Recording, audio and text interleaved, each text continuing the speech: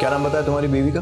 साहब सर था, कल दिन में सत्संग में गई थी लेकिन लौट के नहीं आई साहब। सत्संग? जी, वो गांव में बच्चू देवी की कीर्तन मंडली आई है ना, उसी में गई थी। अकेली? ना साहब, पड़ोस की सहेली के साथ। और ये सत्संग कहाँ हो रहा था गांव में? वो तालाब के पास जो मंदिर है ना, वहीं पे साहब।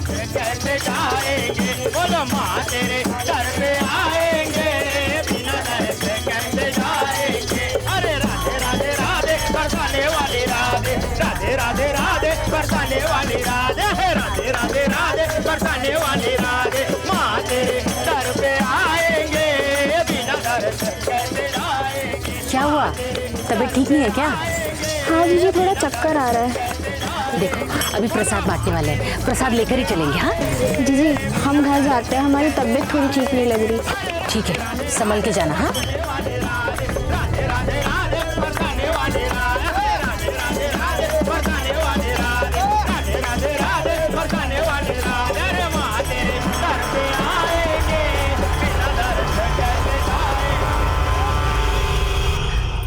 साहब, वो इसी रास्ते से गई थी साहब। उसके आगे पीछे या फिर पीछा करते किसी को देखा था? इतना तो ध्यान नहीं दिया, लेकिन ये रास्ता बहुत सुनसान है। उसने गहने जेवर पहन रखे थे।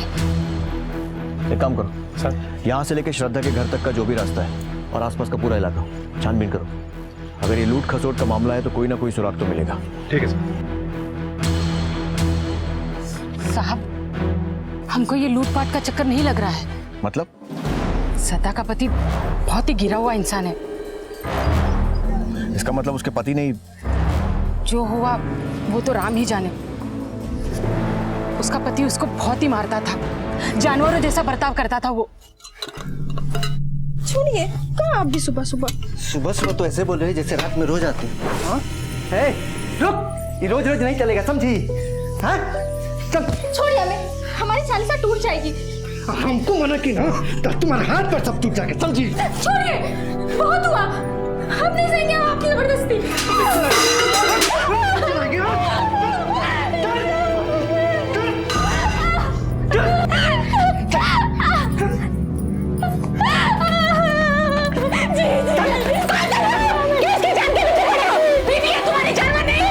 बेबी हाथ से निकल जाए ना तो उसको सीधा करना पड़ता, समझी? चल गुस्सा गर्म करो और जाते क्यों मरते हो? हमारी घर वाली है, हमारी जाएगा, तू कौन है? भाग यहाँ से, चल चल।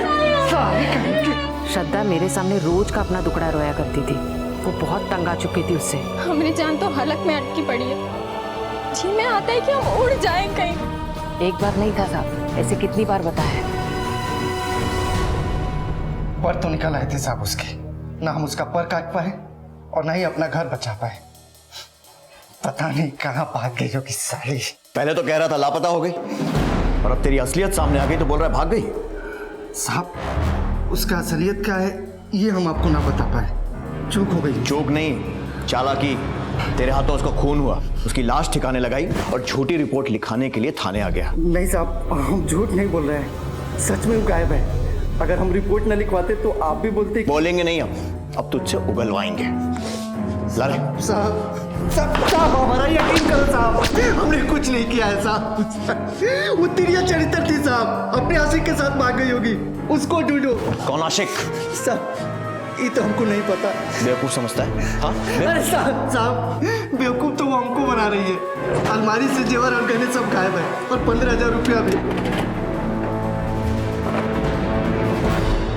अगर ये सब पहले क्यों नहीं बताया? हाँ, रिपोर्ट लिखाते समय? साहब उसका रिपोर्ट लिखवाने के बाद हम अलमारी देखे और हम सब कुछ आपको बताने वाले थे कि उस कुमुद ने आपको भड़का दिया। सिर्फ कुमुद ने नहीं, सारे गांव वालों ने बताया कि कितना प्यार करता था तुझसे। प्रेम तो करते थे उससे, लेकिन उसने कभी हमको बहाव नहीं दिया। हमारे छूते ही दूर भागती थी। अब आप ही बताओ साहब, कोई बेबी अपने पति से दूर भागे तो उसका क्या मतलब निकालोगे आप? सर, मैंने मंदिर से श्रद्धा के घर तक पूरे रास्ते की छानबीन की, लेकिन कुछ ऐसा हाथ नहीं लगा जिससे ये साबित हो सके कि उसके साथ लूट खसोट हुई है। और सर, रास्ते में जितने घर पड़ते थे मैंने वहां पर भी पूछताछ की, लेकिन किसी ने श्रद्धा को या फिर किसी संदिग्ध को नहीं देखा। अमर का कहना है कि श्रद्धा का किसी के साथ चक्कर चल रहा था। अब वो सच बोल रहा है या झूठ, इस बात को कंफर्म करना भी जरूरी है। एक काम करो सर, श्रद्धा के साथ साथ अमर के कॉल रिकॉर्ड्स भी निकलवाओ। लगाओ, अच्छे से लगाओ, साफ करो पूरा। क्या बात है भाई, अभी तक साजवाज नहीं सजे? 2 मिनट में कर देता हूँ भैया। अरे कहा 2 मिनट में कर दोगे? हाँ, अभी तक घुंघरू और सिंगार नहीं आया हमारा। कहाँ है घुंघरू? हाँ वो इरे भैया घुंघरू। देखो ये गुड्डा गुड़िया का खेल नहीं है। हाँ, गंभीरता से काम करो। हाँ, जल्दी सजाओ जल्दी। हाँ भैया। समझ बेटा, यहाँ से कीर्तन के बाद हम तुमको लेके। पापा मम्मी कहाँ? वहाँ चलो ना मम्मी के पास। नहीं बेटा रुको। अब हम नहीं रुकने वाले। तो क्या उसके लिए अपने पति को छोड़ देगी? हाँ, छोड़ देंगे। जरूरत पड़ी तो वो भी करेंगे। बेटा तुम तो पापा की सबसे अच्छी बेटी हो ना। अच्छा ये बताओ, तुमने अपनी गुड़िया को फ्रॉक पहना ही नहीं वाली जो लिया कर दिए थे हम? पापा मम्मी कहाँ है? बेटा कहीं गई होंगी। अरे अभी तो यहाँ थी। बेटा सुनो ना मेरी बात। बेमी बेमी बेमी। चाची मम्मी कहाँ है? बेटा मम्मी तो चली गई। Papa mummy. नहीं था क्या? पापा मम्मी चाहिए। पापा मुझे मम्मी चाहिए। साहब 25 अप्रैल की शाम 6 बजे श्रद्धा का फोन उसके गांव में ही एक्टिव था। उसके बाद उसका फोन बंद हुआ और वो लापता हो गई।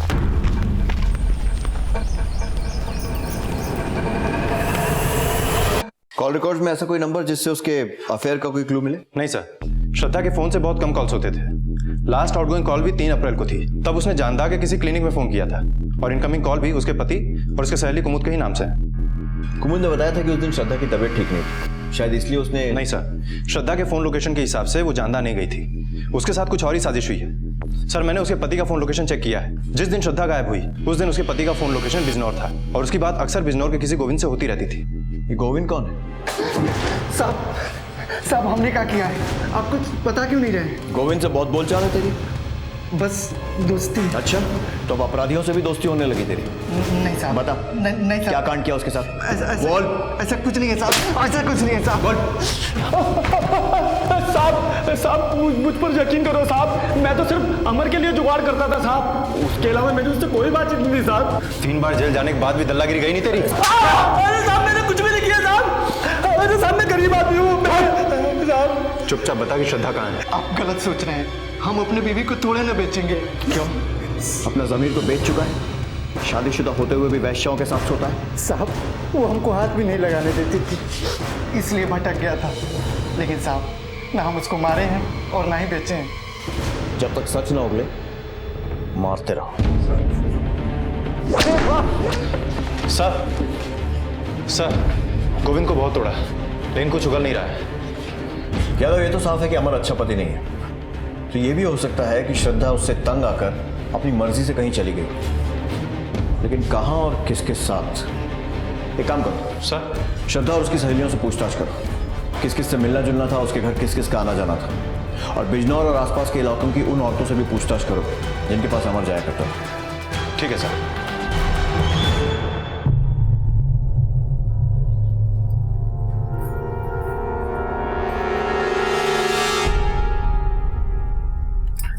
रानी, ये कपड़े गहने क्यों पहन रखे हैं? विधवा है तो विधवा, कोई देख लेगा तो? क्या एक विधवा बंद कमरे में अपना अतीत भी याद नहीं कर सकती? घर पे आए हैं बिना घर से कैसे जाएंगे, बोलो माँ तेरे घर पे आए हैं बिना घर से कैसे जाएंगे, बोलो माँ घर पे आए हैं बिना घर से कैसे जाएंगे। राधे राधे राधे बरसाने वाली, बोलो राधे राधे राधे बरसाने वाली, राधे राधे बरसाने वाली, राधे राधे बरसाने वाली। अरे माँ तेरे घर पे आए हैं बिना घर से कैसे जाएंगे, बोलो माँ तेरे घर पे आए हैं बिना घर से कैसे जाएंगे, माँ तेरे घर पे आए हैं बिना घर से कैसे जाएंगे। राधे राधे राधे बरसाने वाली, अरे राधे राधे राधे बरसाने वाली, आओ राधे राधे बरसाने वाली, बेटा वो तुम्हारी मम्मी नहीं है। पापा वो मेरी मम्मी है। प्लीज पापा मम्मी को ला दो ना। बेटा पापा की बात। मम्मी आ गई बेटा। मम्मी रोना नहीं बेटा, अब तुम्हारी मम्मी हमेशा तुम्हारे साथ रहेगी।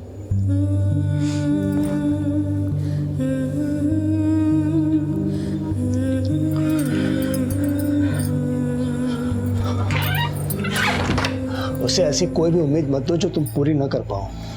उम्मीद तो विमी ने दी है मुझे, एक नई जिंदगी की। लेकिन तुम्हारी जिंदगी में पुनीत है।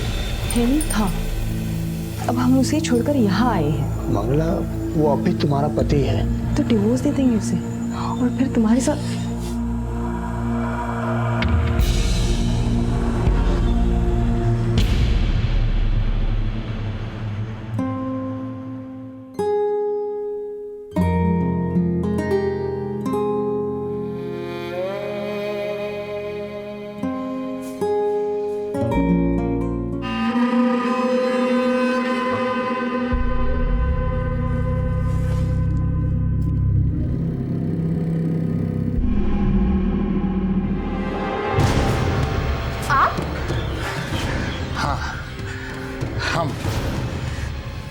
हमें पता है तुम्हारे भीतर कौन सी आग जल रही है। हटो यहाँ से, हमें छुआ तो अच्छा नहीं होगा। अरे डरो नहीं, किसी को पता नहीं चलेगा।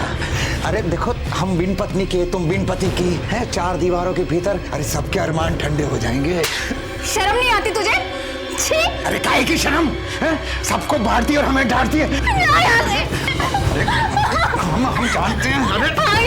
अरे हम सब संभाल लेंगे। अरे किसी को पता नहीं चलेगा, हमारी बात सुनना। अरे काहे का छी, थूकने के लायक तो तू भी है? हमें पता है तू किसके साथ रंगरेलियां मना रही है। सर, मैंने श्रद्धा के गांव वालों से और पड़ोसियों से पता किया। सबका कहना है कि श्रद्धा बहुत ही सीधी सादी औरत थी। सब उसके पति में ही खोट निकाल रहे हैं। अच्छा, ये पता चला कि उसने क्लिनिक में फोन क्यों किया था? सर, ये तो पता नहीं चला है, लेकिन 3 और 4 अप्रैल को श्रद्धा क्लिनिक गई थी। और सर, उस क्लिनिक के डॉक्टर के बारे में भी कुछ बातें पता चली हैं। क्या? यही कि वो डॉक्टर अय्याश किस्म का आदमी है सर।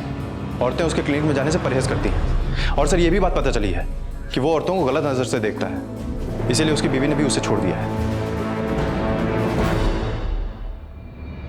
लंबी लंबी सांसें लो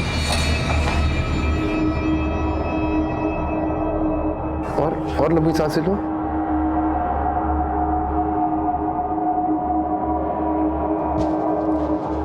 समझ जाओ डॉक्टर साहब, अभी तो बीवी छोड़ के गई है, ऐसा ना हो पूरा गांव छोड़ना पड़े। दवाई तो लेती जाती। कमीने का बीज डाला।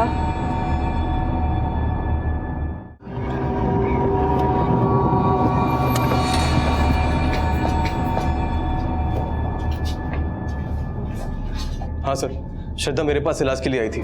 क्या परेशानी थी उसे? किस चीज का इलाज कराने आई थी? सर, उसे चेस्ट इन्फेक्शन था। तुमसे तो कोई इन्फेक्शन नहीं था ना? सर, कैसी बात करें सर, वो तो बेचारी अपने पति से परेशान थी। अच्छा, मतलब उसका इलाज करने के साथ साथ उसकी परेशानियां भी बांट रहे थे? सर, ऐसी बात नहीं है, मैं उसका एक बार चेकअप कर रहा था तो उसकी बॉडी में मैंने निशान देखे थे। ये चोट कैसे लगी तुम्हारे?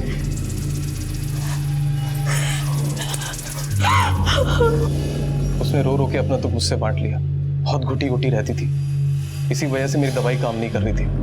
मैंने उससे कहा कि शहर के बड़े अस्पताल में जाके अपना इलाज करा ले। कौन से हॉस्पिटल में जाने को कहा था? City hospital Bijnor. पर हमने तो सुना है कि गांव की औरतें तुम्हें पसंद तक नहीं करती। फिर श्रद्धा तुमसे अपना दर्द क्यों बांट रही थी? कहीं तुम्हारा और उसका कुछ? सर, ऐसा कुछ नहीं है सर, किसी ने आपको मेरे खिलाफ भड़का दिया। मैं तो औरतों की बहुत इज्जत करता हूँ। इसीलिए तुम्हारी बीवी तुम्हें छोड़कर चली गई ना? क्योंकि उसे तुम्हारी रंगरेलियों के बारे में पता लग गया होगा। सर, रंगरेलियां बनाने का शौक तो उसको है, पति के रहते गैर मर्द के साथ में रहती है। मतलब?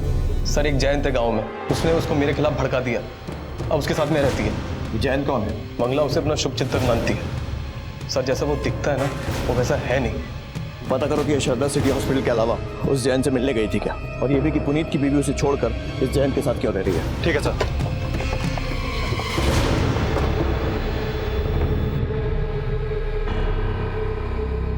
मैंने सिर्फ विमी के लिए पुनीत को नहीं छोड़ा, बल्कि मैं तुमसे भी। मम्मी मम्मी देखो ना, मैंने ड्राइंग बनाई है। ये पापा, ये मम्मी और ये मैं। बहुत अच्छा है। पापा देखो ना। अरे बहुत अच्छी है। इसमें ना मैं रेड कलर करूंगी।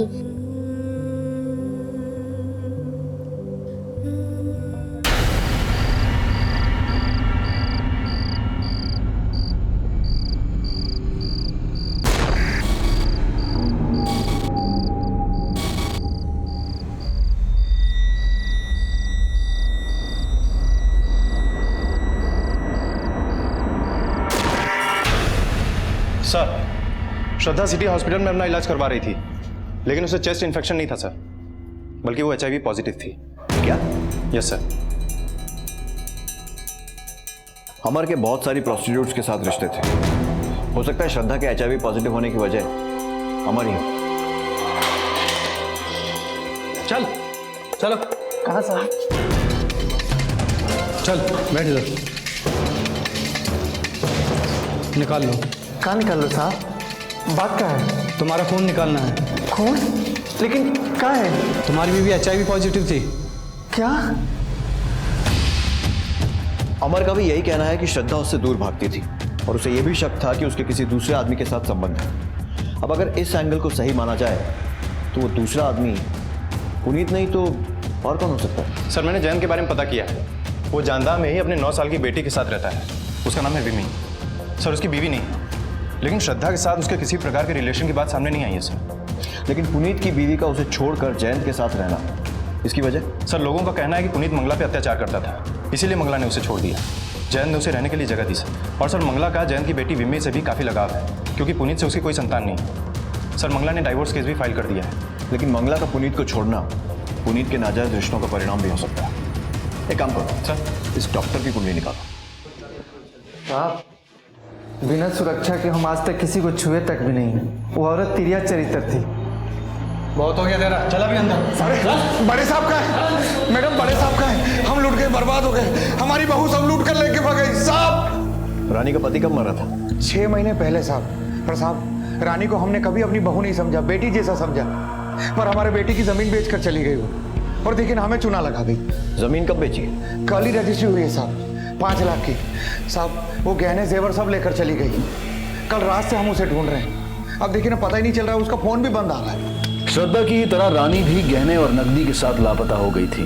एक ही तरह के इन दोनों केसेस में पीड़ित का कोई भी सुराग सामने आने से पहले शक के दायरे में पीड़ित के करीबी ही आए।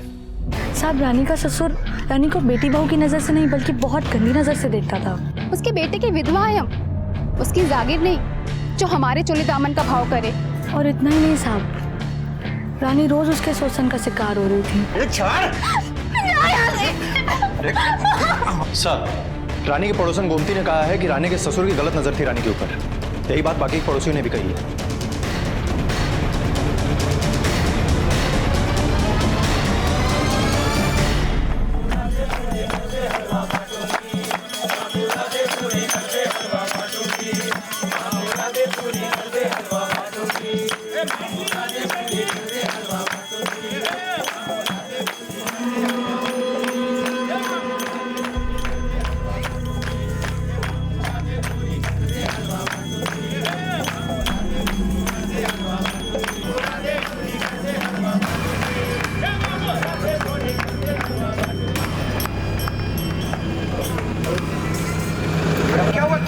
अरे मैंने क्या किया साहब?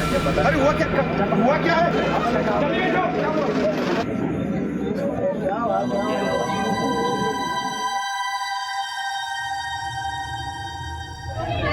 अरे चलो, गोया पेड़ बबूल का तो आम कहाँ से खाए। जैसा उसने किया है वो सब उसके सामने आ गया है, समझ गए? नारी देवी का रूप होती है, उसका सम्मान करो। उसके साथ बुरा करने वाले नरक में सड़ते हैं। अभी तुम सब लोग सत्संग करो, चलो भजन गाओ। माँ तेरे दर पे आए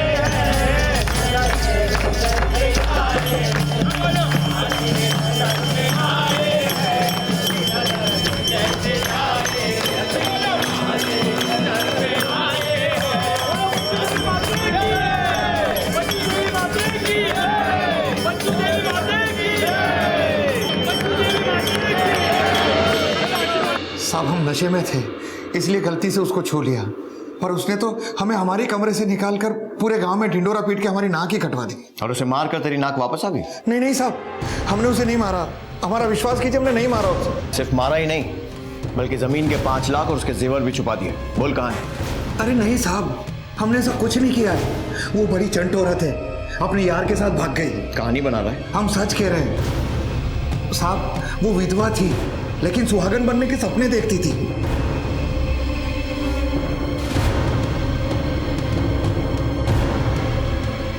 जमीन बेचने के एक दिन पहले से उसने अपना रंग दिखाना शुरू कर दिया था। हम सच कह रहे हैं। चलिए, ये भजन संध्या तो समाप्त हुई। देवी माँ ने जो शिक्षा दी है उसे अपने हृदय में रखिए, वो आपके जीवन के मार्ग को प्रशस्त करेगा। अगली भजन संध्या पे फिर से मुलाकात होगी। राधे राधे। राधे। बैठ।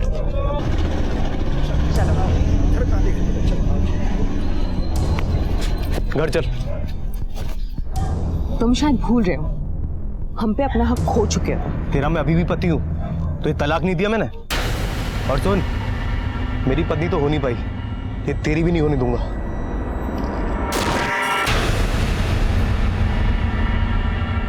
साहब, रानी की फोन लोकेशन के हिसाब से 3 मई की रात 8 बजे तक वो मरून गांव में थी, जहां पर उसने खरीदार से जमीन के पैसे भी लिए थे। और रात 9 बजे तक उसके फोन की लोकेशन जानदार गांव थी। मतलब वो मारून से अपने गांव वापस आई थी? हाँ सर। और जिस रात वो गायब हुई, उस रात उसके ससुर की फोन की लोकेशन संगमार गांव की थी। इसका मतलब ये है कि हो सकता है उसके गायब होने से उसके ससुर का कुछ लेना देना ना हो सकता है सर। लेकिन सर, एक बात और पता चली है, रानी का भी पुनीत के क्लिनिक में आना जाना था। और जिस दिन रानी गायब हुई, उस दिन भी लोगों ने उसे पुनीत के क्लिनिक में जाते हुए देखा था। हाँ सर, रानी मेरे क्लिनिक आई थी। लेकिन आप क्यों आई थी?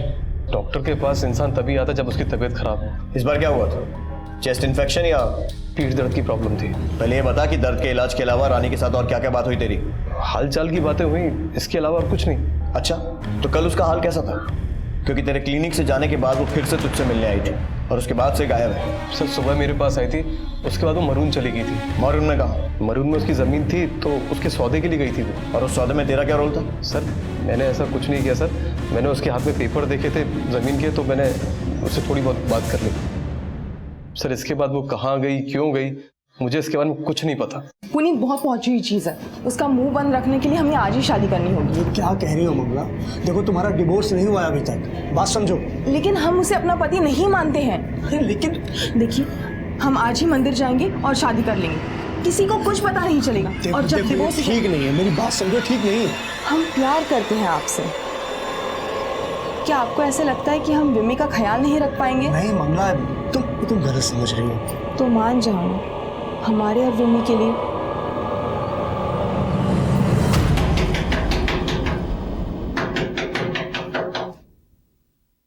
कौन?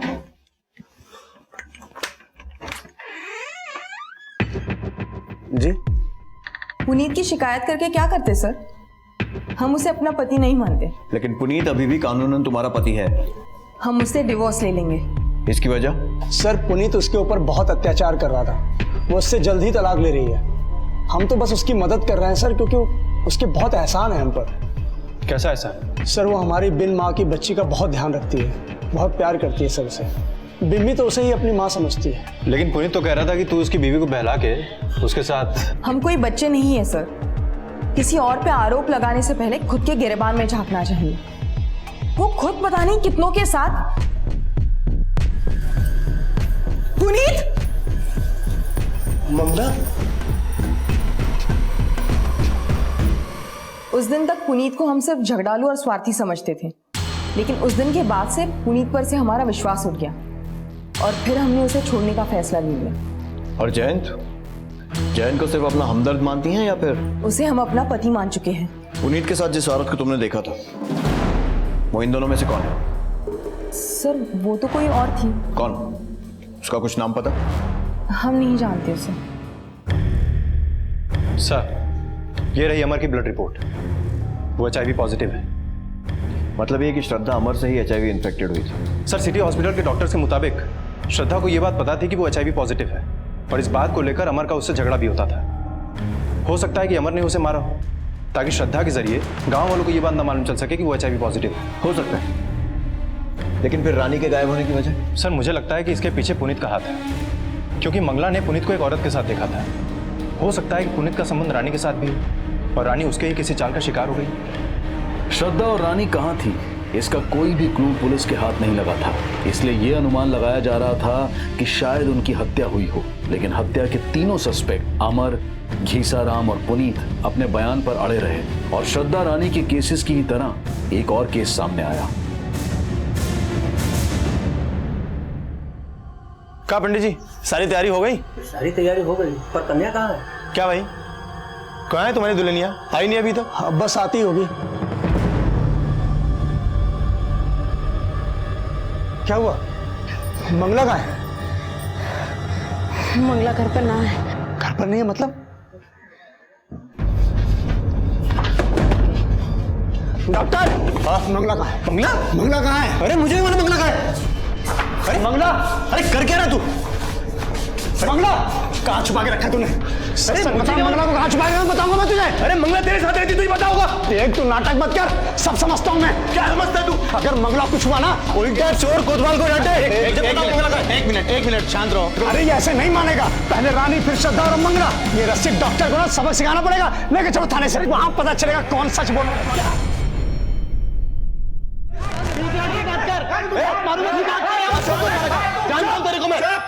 क्या शोर मचा रखा है? साहब मंगला गायब है, पूछे से क्या किया उसके साथ? साहब मंगला मुझे क्या पता, इसके साथ में रहती थी वो। साहब यही बात इसको खटकती है, इसने इसने कुछ किया उसके साथ। आप ये मुंह था।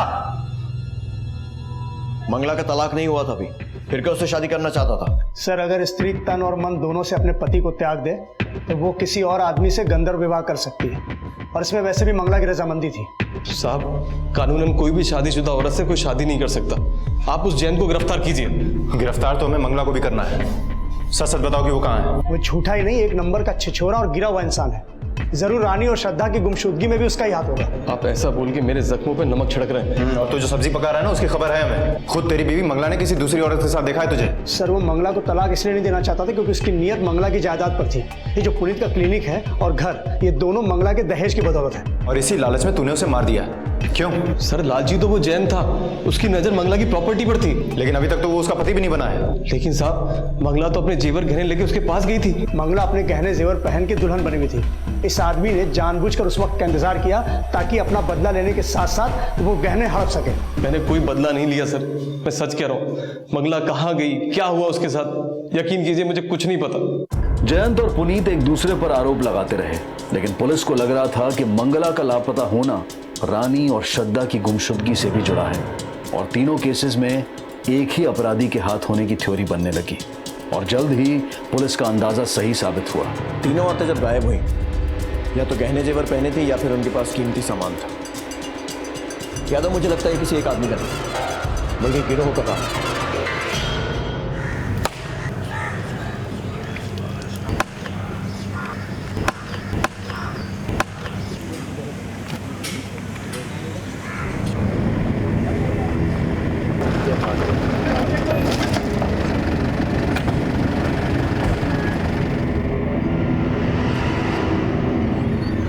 सर पोस्टमार्टम रिपोर्ट से यह बात साफ है कि सबको मारने का तरीका एक ही है, सबको जिंदा दफनाया गया है।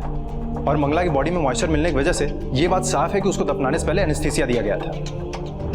मतलब यह भी पॉसिबिलिटी है कि बाकी पांचों को भी एनेस्थीसिया देकर पहले बेहोश किया गया और उसके बाद जिंदा दफनाया गया।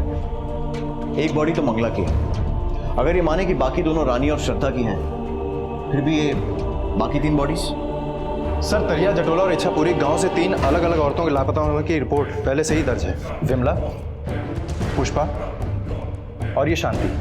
मतलब या तो एक बात तो साफ है, इन सबको मारने की साजिश किसी एक की रचाई हुई, और शायद एक ही चीज की मदद से, एनेस्थीसिया। पकड़ो इसे। अरे बात तो बात क्या है? ले जाओ। बात क्या है? बात तो चेक करो।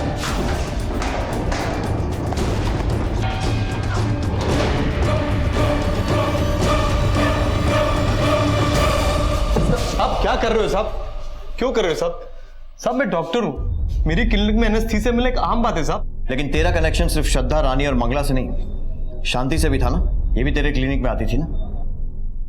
इन दोनों को तूने कैसे झांसे में लिया, बता।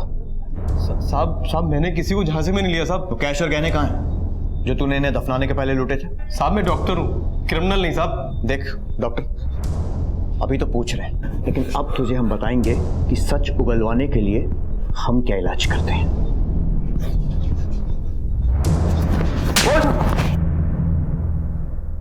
पापा मम्मी,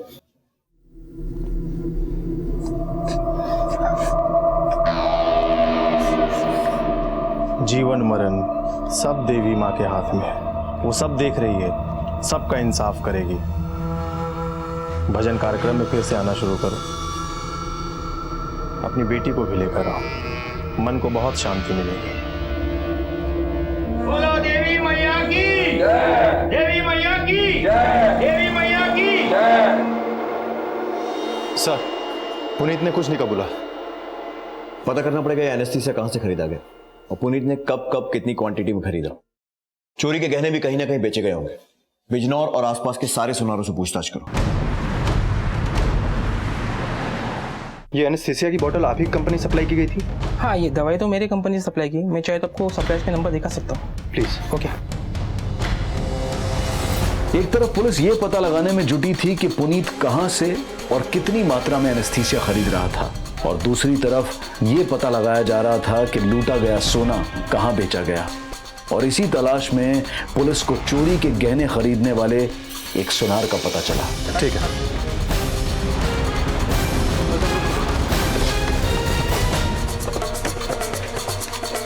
सर, वो ये घर है उसका।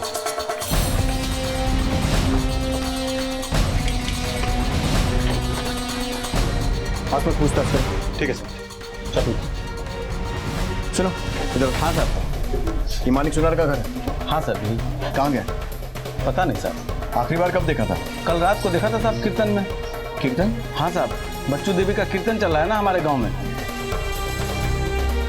ठीक, कुछ पता चला? हाँ सर। सर, ताला उसके घर पे कल रात से ही लगा हुआ है और आज सुबह से उसे किसी ने नहीं देखा। एक बात नोटिस की आपने? सर, जब श्रद्धा गायब हुई थी तब भजन मंडली उस गांव में थी, और जब रानी और मंगला गायब हुई तब वो भी उसी गांव में थे जिस गांव में ये भजन कीर्तन चल रहा था। और अब ये मानिक सुनार गायब है और पड़ोसी ने उसे आखिरी बार उस कीर्तन में ही देखा था। लेकिन सर, मानिक सुनार तो चोरी के गहने खरीदता था, उसका इस मंडल से क्या कनेक्शन हो सकता है? कनेक्शन है, शायद इसीलिए उसे गायब किया गया है ताकि हम उस साजिश के कर्ता धर्ता तक ना पहुंच पाए, जो कि शायद उस भजन मंडली में ही है।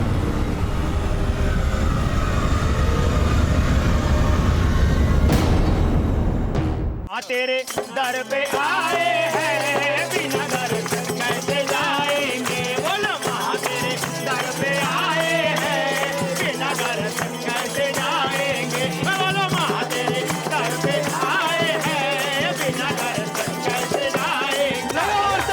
बच्चू देवी की एक एक करके आओ, अपने सुंदर माता को बताओ, माता सबकी सुनेगी। आओ, एक एक करके आओ। अरे एक एक। ऐसा तो नहीं कि मंडली वाले लोगों की मजबूरियां जानकर उन्हें किसी पूजा पाठ या कर्मकांड के लिए टारगेट करते हैं। हो सकता है सर, क्योंकि रानी, मंगला और श्रद्धा, इन तीनों के जीवन में दुख था और अक्सर ये तीनों अपना दुख बांटते थे अपने आस पड़ोस वालों के साथ और अपने सहेलियों के साथ। इनके साथ भी जरूर बांटा होगा। एक काम करो, इस बच्चू देवी की हिस्ट्री निकालो और जैसे इसकी ये नौटंकी खत्म होती है इसे थाने लेकर आओ। ठीक है सर। कहाँ हो रहा है ये सब? देखिए दरोगा बाबू, हमको चंड मुंड रखते बीज ना समझो, हम श्राप दे देंगे। श्राप आप छोड़िए बाबा जी और बैठ जाइए चुपचाप। बैठिए। दरोगा बाबू, कहाँ हो रहा है सब? हमने कहा किया है जो हमको ही पकड़ के हिला लाए हैं? दरअसल बाबा जी एक समस्या है जो आपसे हल करवानी है। इन औरतों की फोटो देख रहे हैं, इनकी हत्या की गुत्थी नहीं सुलझ रही है। अब आप तो प्रतापी हैं, जरा देख कर बताइए कि किसने इन्हें मार के इनका सोना जेवर लूट लिया है। बरसाने वाली राधे, राधे राधे राधे, बरसाने वाली राधे। माँ तेरे दर पे आएंगे, बिना दर्शन कैसे जाएंगे। माँ तेरे दर पे आएंगे, बिना दर्शन। मेरे ससुर मेरी इज्जत पे हाथ डालते हैं। ये कारी तो मेरी भक्त थी बेचारी, हमारे पास अपना दुखड़ा सुनाने के लिए आती थी। तो इन्होंने आपको अपना दुखड़ा सुनाया और आपने ऐसा क्या उपाय बताया कि इन्हें खुशी मिलने की बजाय मौत नसीब हुई? हम तो इन तीनों का भला ही चाहते थे, लेकिन अब देवी मैया की मर्जी। ज्यादा बोला मत बंद। दरोगा बाबू, ये कैसी बात कर रहे हैं आप हमसे? आपके दिमाग में क्या पक रहा है? नहीं समझ आ रहा। समझे? नहीं समझे? समझाऊं? हाँ? दर्द हो रहा है? लगाऊं एनेस्थीसिया? देखिए दरोगा बाबू, ये आप दोनों ठीक नहीं कर रहे हैं। ड्रामा मत कर, सीधे सीधे बता कहां से लाता था एनेस्थीसिया? बता कहां से लाता था?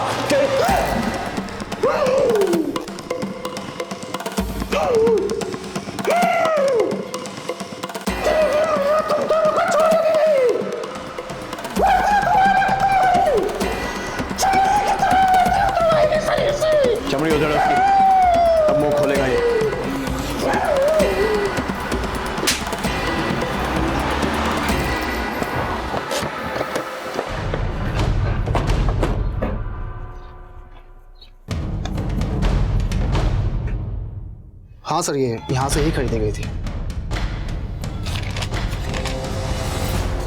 सर 2 महीने पहले ये डॉक्टर पुनीत ने खरीदी थी। 2 महीने पहले खरीदी जी।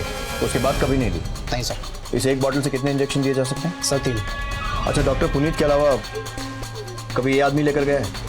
नहीं सर वैसे भी एनेस्थेसिया सिर्फ सर्टिफाइड डॉक्टर्स, क्लिनिक्स और हॉस्पिटल के लिखे प्रिस्क्रिप्शन पे ही बेची जाती है। लेकिन हाँ सर, एक सप्लायर है जो इलीगली बॉटल्स को बेचता है। कौन है वो?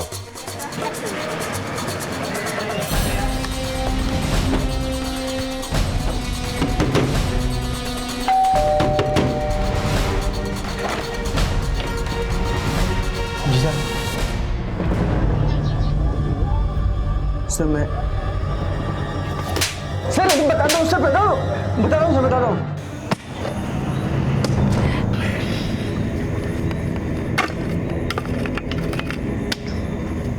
पकड़ उसको, जाना होता है, पीछे से जा।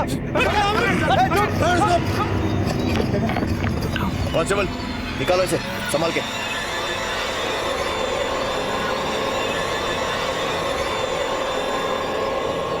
बहुत शातिर समझता था अपने आप को। जिस एनेस्थीसिया से तू लोगों का शिकार करता था, उसी ने तुझे फंसाया। लेकिन फोन से हमें तेरी लोकेशन मिली और बाकी कहानी तू खुद बताएगा। हमारा काम ऐसी औरतों को तलाशना था जो आसानी से हमारे छलावे में आ जाए। बच्चू देवी की मंडली में हमारा उठना बैठना था तो लोगों को लगता था कि हमारा उनसे बहुत अच्छा परिचय है।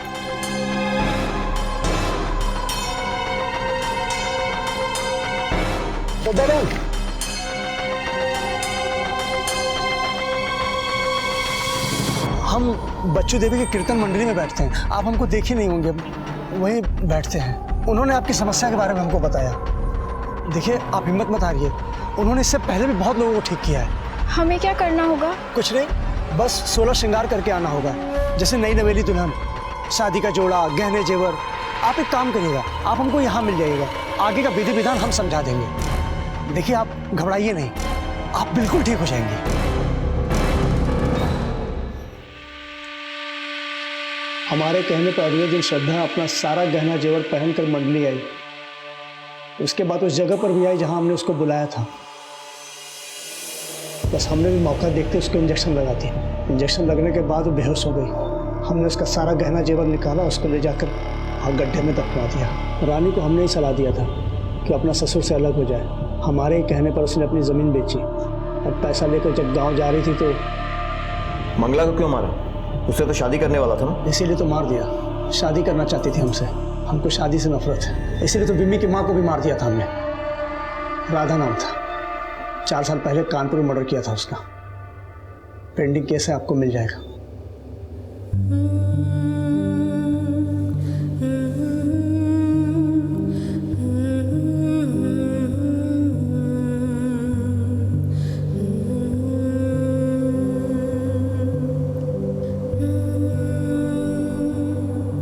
जयंत एक पेशेवर अपराधी था। लूट, हत्या और ठगी के कई केसेस में उसने अपने द्वारा किए गए अपराधों का खुलासा किया। इन अपराधों में राम बच्चन और बच्चू देवी की कोई भी भूमिका सामने नहीं आई, लेकिन खुशी की उम्मीद में उससे अपना दुख दर्द बांटना पीड़ितों की भूल और लापरवाही बनकर सामने आई। रोजाना कई जाने अनजाने चेहरों और नामों से हमारा परिचय होता है, लेकिन किसको अपना कितना परिचय दिया जाए, किसको दोस्त, किसको हमदर्द और किससे अपना दुख दर्द बांटा जाए, इसका चुनाव भी बड़ी सूझबूझ से करना चाहिए, क्योंकि हमारी और हमारे परिवार की सुरक्षा भी हमारी ही जिम्मेदारी है। इसी विचार के साथ अब मैं अनूप सोनी आपसे विदा लेता हूं। फिर मुलाकात होगी अगले एपिसोड में जुर्म की एक और कहानी के साथ। तब तक अपना और अपने परिवार का ख्याल रखें और देखते रहें क्राइम पेट्रोल डायल 100। सबक एक को, सीख हम सबको। जय हिंद।